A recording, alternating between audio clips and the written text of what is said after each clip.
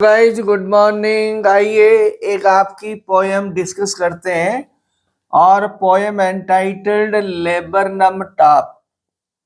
क्या नाम है? Laburnum top. ये poem composed by Ted Hughes. किसके द्वारा कंपोज हुए? Ted Hughes. और आपको टेड ह्यूज नाम से, चूंकि ये पॉपुलर नेम है इस पोइट का, ओरिजिनल इसका नेम क्या है? Edmund James huge. ये नाम है इसका पूरा नाम। ये तो कौन है? Popular name. By this name he is popular, he is known in English literature world. Okay. Ted Hughes का जन्म 1930 में हुआ और 1998 में इसकी मृत्यु हुई। जन्म इसका इंग्लैंड में और लंदन जो वहां का एक प्लेस है वहां पर इसकी डेथ हुई। तो अब आप देखिएगा 1930 में जन्म और 1998 में क्या इसकी डेथ। तो क्या हुआ? ये आपका मॉडर्न पोइट हो गया। आपका ऐसा मिड मॉडर्न पोइट्स में ये आता है, मिड मॉडर्न पोइट्स में।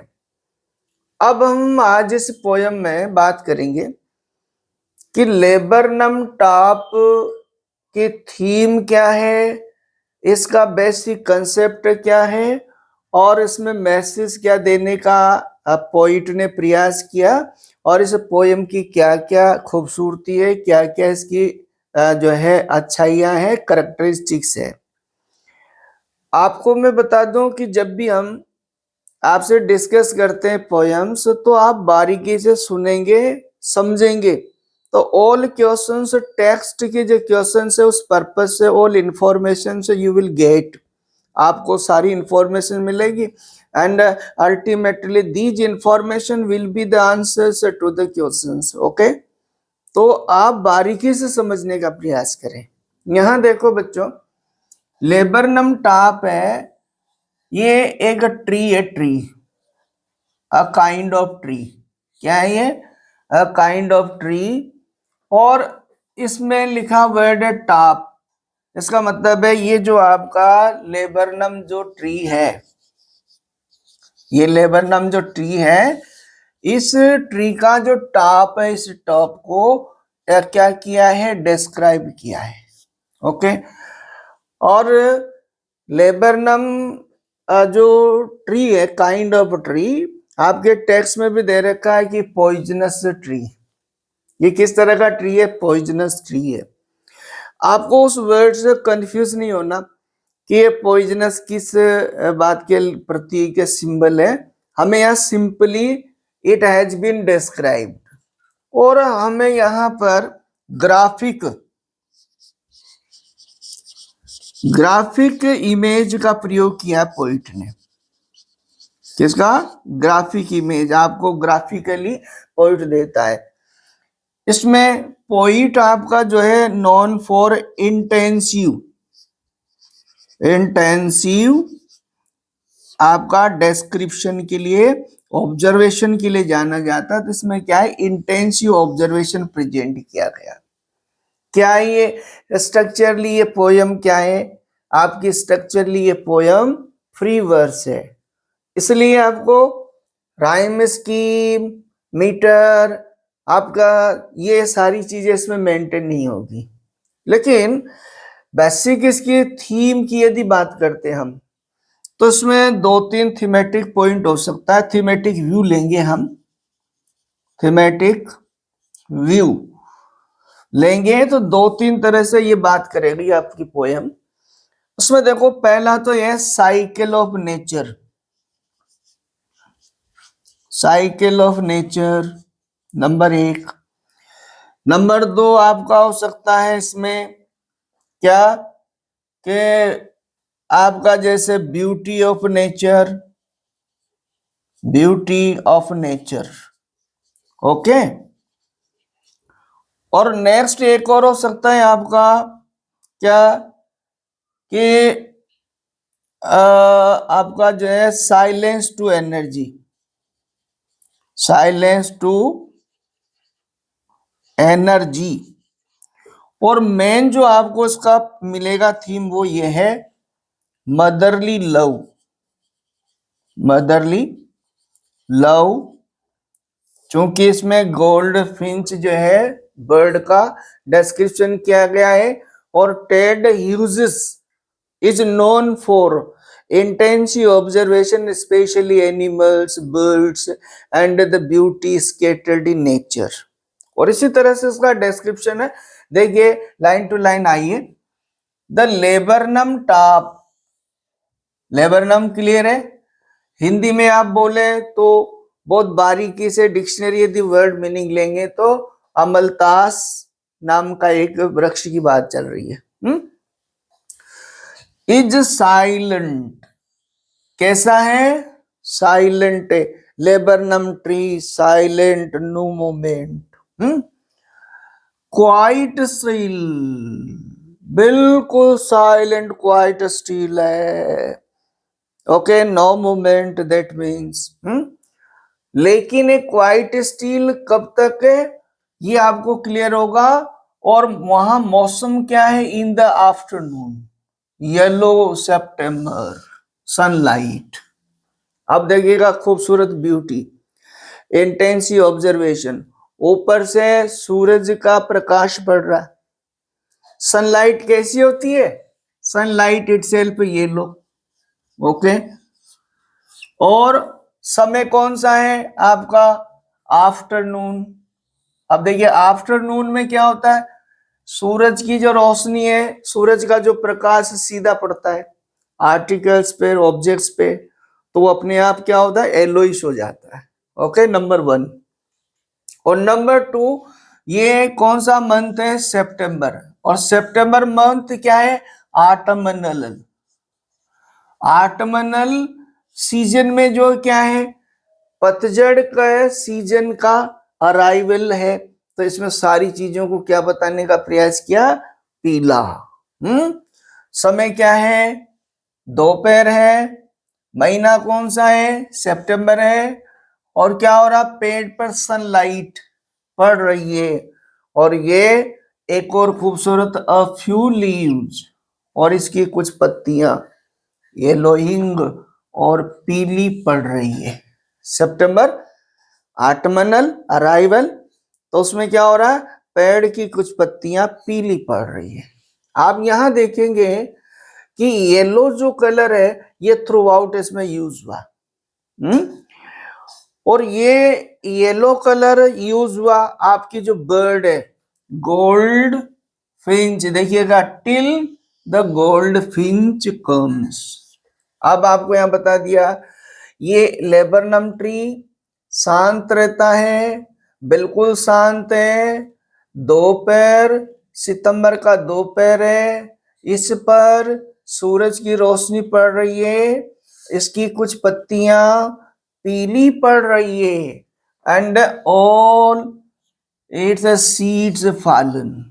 एक और चीज है, पेड़ के सारे जो सीड्स गिर चुके हैं, तो आप इसका जो विविड इमेजरी है, ग्राफिक इमेजरी है, इंटेंसिव ऑब्जर्वेशन है, उसके यानी पीछे आप चल के एक ऑब्जर्वेटिव अपना इमेज बनाइए।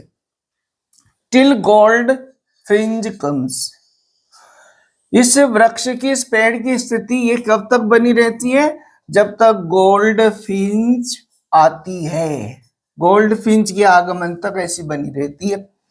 तो यहां देखो येलो जो कलर है, येलो, ये थ्रू आउट यूज हो रहा है, येलो। बर्ड कैसी है, gold Finch, a kind of bird कैसी है, येलो है, इसके आने तक ऐसा बना रहता है विद अ ट्विचिंग चर्प। अब यहां पर आपको बताया ट्विचिंग और चर्प, चिड़िया की जो धीरे धीरे हल्की हल्की जो चहचहाट है, चर्प, ट्विचिंग हल्का हल्का चू चू करना, टीचिंग से मतलब चू चू करना, चर्प वही आवाज, दोनों जो है। A suddenness, a startlement at the branch end, और इसकी जो ब्रांचेज है पेड़ की, वहां पर अचानक क्या है, स्टार्टमेंट मीन्स वहां पर अचानक बिल्कुल हलचल हो गई है इसके आने से। पेड़ पहले कैसा था? शांत।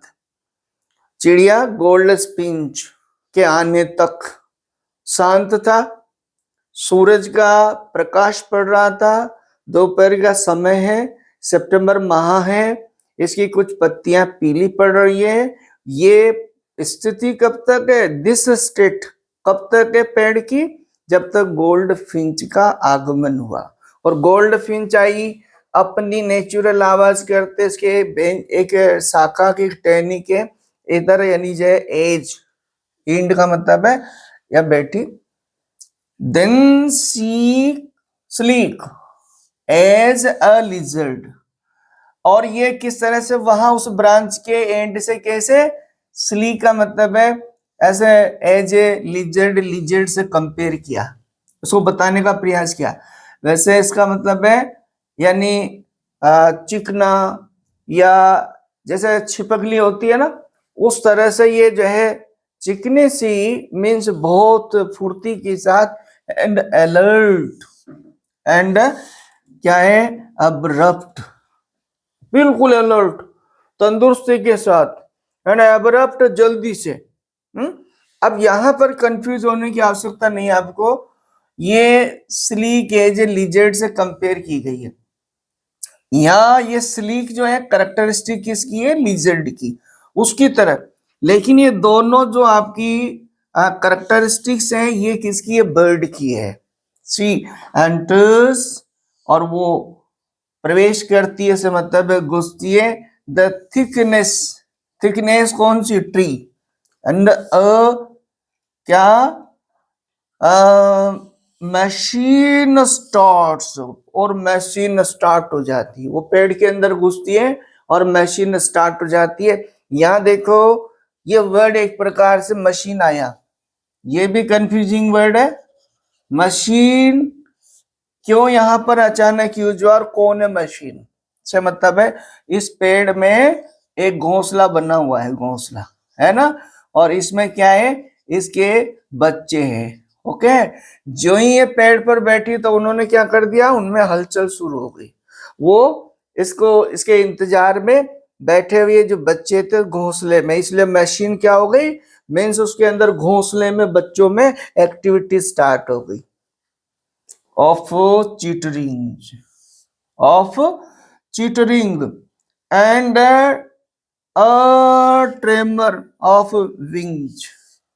इधर हलचल शुरू की, चिटरिंग, उन बर्ड्स के जो यंग वंस है उन्होंने for the arrival of mother, तो क्या हुआ?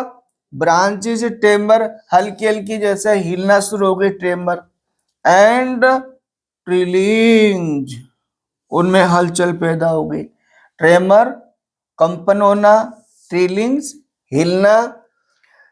द होल ट्री, अब देखो पूरा वृक्ष, पूरा पेड़ क्या हो गया बच्चों? ट्रेमल्स एंड थ्रिल्स, ट्रेमल्स एंड थ्रिल्स। ये जो दोनों कैरेक्टरिस्टिक्स है ये मानव की है, लेकिन यहां पर उसमें कंपन शुरू हो गया, ट्रेम्बल्स, कांपना, थ्रिल्स, जोर जोर से। क्यों? बच्चों ने जोर जोर से एक्टिविटी शुरू कर दी for the arrival of mother, उसकी माँ, मदर बर्ड के लिए। इट इज द इंजिन, अब यहां ऑफ हर फैमिली, यहां आप देखो इट का जो प्रयोग किया। ओके, इंजिन ये अपने उस परिवार की क्या है? Engine, engine energy. भाई इसके आने से हुआ नहीं सब, इसके आगमन से हुआ। तो क्या हुआ? आप यहां देखो, हमने कहा था कि मदर लव, तो मदर क्या है? For young ones, it's help N engine, अपने आप में इंजिन है, ऊर्जा भर देती है, ऊर्जा का संचार करती है। और इसको आपको बताया क्या?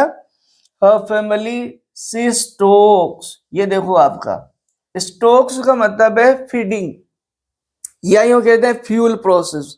जैसे कोई मशीन में फ्यूल डालता है, ऐसे उसने क्या किया? इट फुल, उसको, यहां ईट से मतलब है घोंसला, और घोंसले से मतलब कौन है? उसमें बच्चे जो हैं, तो उनको क्या किया? यानी फीड किया, फीडिंग किया, खिलाया, या फ्यूलिंग किया, फ्यूलिंग, उनको ऊर्जा दी, वो उनको भोजन कराने के लिए जो मटेरियल लेकर आई।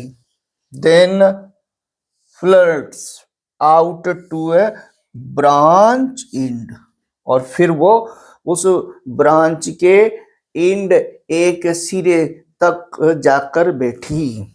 ब्रांच एंड बाहर, पहले तो अंदर गई, उस घोंसले में उन यंग वंस को खिलाया, और फिर वो बाहर ब्रांच के एंड तक आई, राइट। फिर देखो, शोइंग हर बर्ड फेस आइडेंटिटी मास्क, यहां पोइट ने बहुत बारीकी से क्या किया है, अभी मैं आपसे बात कर रहा हूं कि इंटेंसिव डिस्क्रिप्शन, तो पोइट इंटेंसिवली अंडर कीन observation describing the laburnum tree and the bird, वो बर्ड किस तरह की है उसको यहां पर किया, उसके बर्ड फेस, पहले तो वो अंदर चली गई थी उसमें, तो उससे ढकी हुई थी, लेकिन इसने अपनी आइडेंटिटी मास्क, आइडेंटिटी मास्क से मतलब है ये बर्ड पीली होती है, फिर ऊपर बताया गोल्ड फिंच, लेकिन इसके सिर पर यहां काली धारियां होती, लाइंस होती है, और उससे इसको पहचान लिया जाता है, इसको आइडेंटिफाई कर लिया जाता है that it is gold Finch. जो ही वो शाखा के बाहर की तरफ सिरे पर जाके बैठे तो वो दिखाई दी, और उससे उसकी आइडेंटिटी, उसकी पहचान होगी कि ये कौन है, गोल्ड फिंच है। बच्चों, यहां एक बहुत साइंटिफिक थ्योरी का प्रयोग किया गया है, उसको आप बोलते हैं कैमोफ्लेज बोलते हैं ना। देखो सारा कलर इसमें क्या बताया गया है, येलो, बर्ड भी। अब उस कैमोफ्लेज का उपयोग क्यों किया गया, क्योंकि वो उसमें क्यों उस पीले पेड़ में अंदर घोंसला बनाना, ये सब वो प्रोटेक्टिव और शेल्टर पर्पज से होता है, ताकि उसको कोई दूसरे यानी एनिमीज और दूसरे हार्मफुल जो इंसेक्ट और बर्ड से उसको नुकसान नहीं पहुंचा, उसको यंग वंस को। आप देखिए कितना प्रकृति का और बारीकी से इसने वर्णन करने का प्रयास किया, इस कंसेप्ट को समझिए। देन फिर विद एरी, और फिर विद एरी डेलिकेट, बड़े ही सॉफ्ट तरीके से, है ना। एरी का यदि ओरिजिनल मीनिंग लेंगे तो स्ट्रेंज, विचित्र, और डेलिकेट सॉफ्ट, बहुत ही विचित्र तरीके से वो क्या, विशल, चर्प, और उसने हल्की सी क्या बजाई, विशिल। ये क्या करती है, विशलिंग, इस बर्ड की साउंड क्या है, इसकी पहचान कैरेक्टरिस्टिक विशल ऑन विस्पर्स, और धीरे से वो, शायद ये इस बात का इंडिकेशन है कि उसने अपने यंग वंस को अब खिला दिया है, और अब उनको सिक्योर करके अब वापस उनके लिए कुछ दाना पानी की तलाश में जाना चाहती है। नाउ दे आर सेफ, शायद इसलिए कवि का यहाँ मतलब है।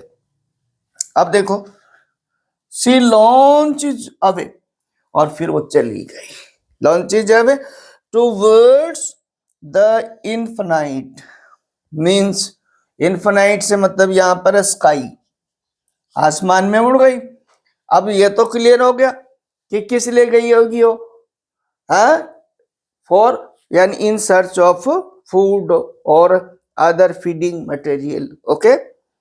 एंड द लेबरनम, और उसके चले जाने के बाद लेबरनम सबसाइड्स टू एम्पटी, और हमारा लेबरनम उसके जाने के बाद शांत हो जाता है। कहा, पहले ये शांत था, फिर क्या हुआ, इसमें एनर्जी आई, फिर बर्ड के चले जाने के बाद क्या हुआ, अगेन वो क्या हो गया, शांत। आपको पोइटिक भी और थीमेटिक भी में पोइट क्या कहना चाहता है कि एक छोटी सी भी मूवमेंट और छोटी सी भी एनर्जी वापस निर्जवता में, शांति में या निरस्ता में सजीवता ला सकता है। ये यहां पर क्या कि छोटी सी एनर्जी निरस्ता में, साइलेंस में, या बिल्कुल जो है होपलेसनेस में, यहां इसका क्या मतलब है, ये होप का प्रतीक है। किसका प्रतीक है ये बर्ड, होप, और बर्ड का, उसका पेड़ का जो है वो होपलेस। ये भी आपका इसमें कंसेप्ट है, और इसके माध्यम से क्या ही निकल कर आया। अब आप देखिए इसमें जल्दी से आप देख लीजिए कुछ लिटरेरी टर्म्स की हम बात कर लेते हैं, लिटरेरी डिवाइसेस की बात करते हैं, लिटरेरी फिगर्स की बात करते हैं। तो इसमें लिटरेरी फिगर्स जो है, सबसे पहली बात तो इस लाइन को देखो आप, ये लाइन विदाउट पंक्चुएशन यहां आती है। और again and again repeatedly I discussing in the poems, okay, आपके कोर्स में आया कि जब भी कोई पोयम की लाइन बिना पंक्चुएशन के एंड होती है और दूसरी या आगे की लाइंस में जाकर पंक्चुएशन आता है, सच लाइंस कोल्ड और सच पोएट्री कोल्ड एंजाममेंट, वहां लिटरेरी फिगर एंजाममेंट होगा। तो इसमें क्या है, पोएम थ्रू आउट यूज हुआ है, देख लो आप, एंजाममेंट। जहां जहां भी लाइंस में नहीं है, देखो आप, यहाँ नहीं है, यहाँ नहीं है, यहाँ नहीं है, यहाँ नहीं है, आप निकालो, ये यहाँ नहीं है, सारे देख लें आप, ठीक है। उसके बाद आप देखो इसमें जैसे जैसे एब्रप्ट, देखो एब्रप्ट एंड अलर्ट एंड, ये सारे क्या हैं आपके, हम इसको एलिटेशन पर्पस से निकालो। देखे एलिटेशन पर्पस से कहा मिलेगा आपको, देखो सडननेस से, स्टार्टलमेंट से, ये क्या है आपका एलिट्रेशन। आगे देख लो इसमें कि ये आपको सी स्टॉक्स इट फुल, यहां देखो ये आपका प्रोनाउंसिएशन पर्पस से यूज हुआ। यहां इंजन बता दिया इसको, इंजन, तो ये क्या हुआ, मेटाफर का प्रयोग हुआ, मेटाफर, मेटाफर प्रयोग किया गया। और लास्ट की जो लाइन से आपकी, इस लाइन में लेबरनन सबसाइड्स टू एम्पटी, यहां तो क्या हुआ, एनर्जी एक्टिविटी बताई, और यहां तो ये क्या है, कंट्रास्ट, कंट्रास्ट है इसमें, कंट्रास्ट, कंट्रास्टिक आइडिया हो गया ना आपका, पहले साइलेंस, फिर एक्टिविटी फुल ऑफ एनर्जी, और फिर साइलेंस, तो ये क्या हो गया, कंट्रास्ट हो गया इसमें।